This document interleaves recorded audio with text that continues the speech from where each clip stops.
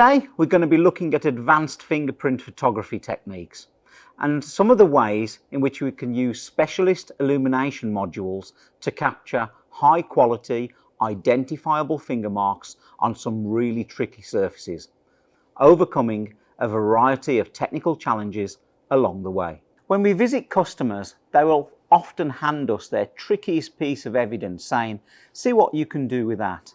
Typically, when we visit a fingerprint customer for the first time, we often find that they may not be aware of the many advanced techniques and tricks that the DCS is capable of. In fact, during DCS demonstrations, it's amazing how many of the customers will say, "I never knew that," or "I've learned something new today." The DCS really is at the cutting edge of fingerprint technology.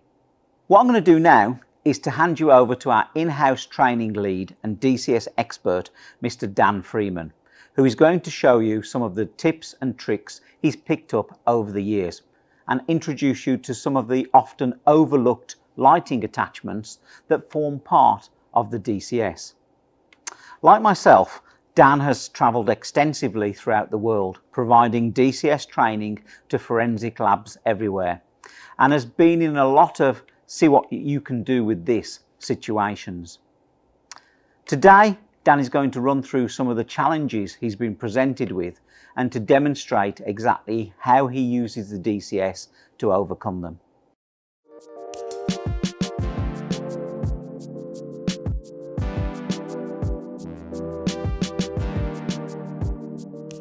So the first sample that we'll have a look at, and it's potentially quite a tricky sample that I've seen quite a few times in training, is this metallic doorknob. So obviously it's been taken off the door, and this has been grabbed, as we have bloody fingerprints on the doorknob itself.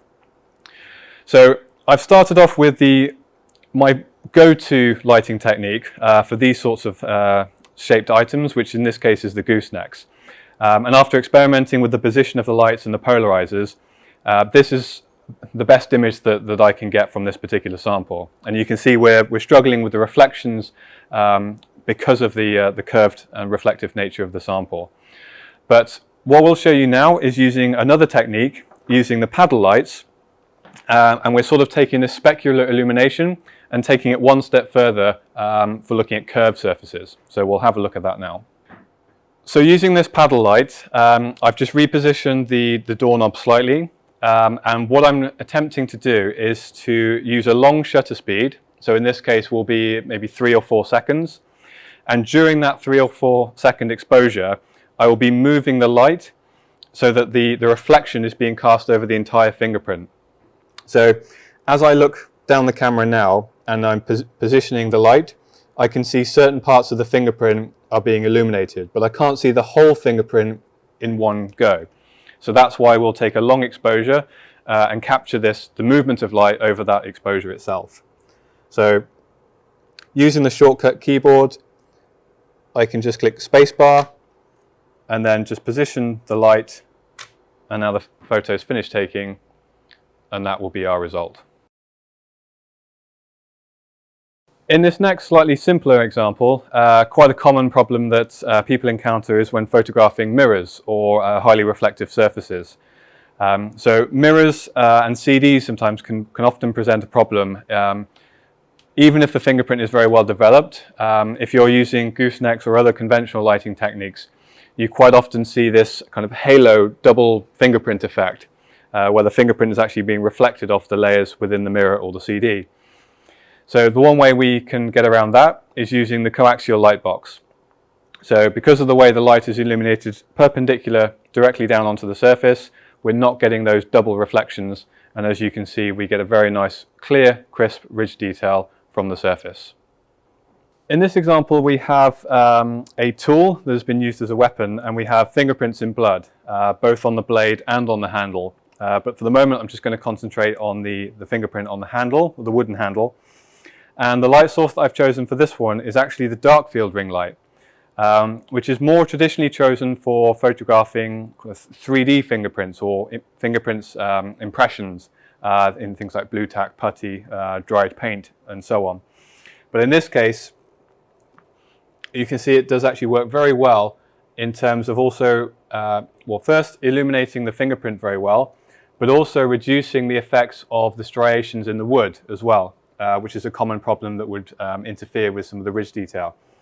So using the dark field ring light, and again, you can just be a little bit selective about the exact positioning of the light itself, and again, using the keyboard shortcuts to take a preview, and then we can see our final image and some of the fine ridge detail that we're able to see on this print.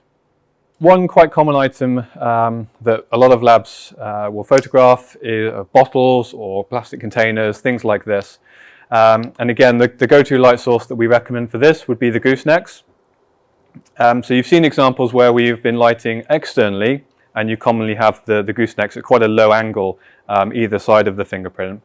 But another example that's often overlooked is actually placing one of the light sources inside the bottle, illuminating the whole thing from the inside, almost acting like as a giant transmitted light. So in order to do that, just remember to remove the polarizing caps on the end of the gooseneck so it's able to fit inside the bottle. And you can experiment with the positioning itself a little bit as well, but generally you'll find that you just get a very nice transmitted light. You do not have to worry about uneven reflections and positioning, fine positioning of the goosenecks. An example here, we have a very evenly lit fingerprint, which we can then process further. And finally, the last example, we'll just revert to something a little bit more simple, and it's often a principle that we start out when we do DCS training, and that's the importance of using the polarizing filters. So I've gone back to, just in this case, a clear glass bottle that has been superglued, so processed with cyanoacrylate. And we're going to use the goosenecks, which is probably the most common light source for this type of sample. And with the goosenecks, remember you have polarizing filters on the ends of each light source. And with this, you should also have your polarizing filter on the lens as well. So all three will work in combination. So one of the things I see quite a lot is either people not using the polarizing filter or just forgetting to use them or optimizing them for each fingerprint. So we've got a preview here in this particular example where the polarizers are set up in the worst position. But either using the live mode in the camera, or my preference is actually looking down the camera itself as well, adjusting the polarizers, we can achieve an image that has much better contrast and much stronger ridge detail as well. So you can see, for example, the difference in the finer details here, where we're almost losing some of the ridge detail in the background. It's quite patchy, but when setting up the polarizers correctly, we can see the ridge flow much clearer over the entire fingerprint. So this, in combination with positioning the light sources, is one of the key things when illuminating fingerprints on this type of sample.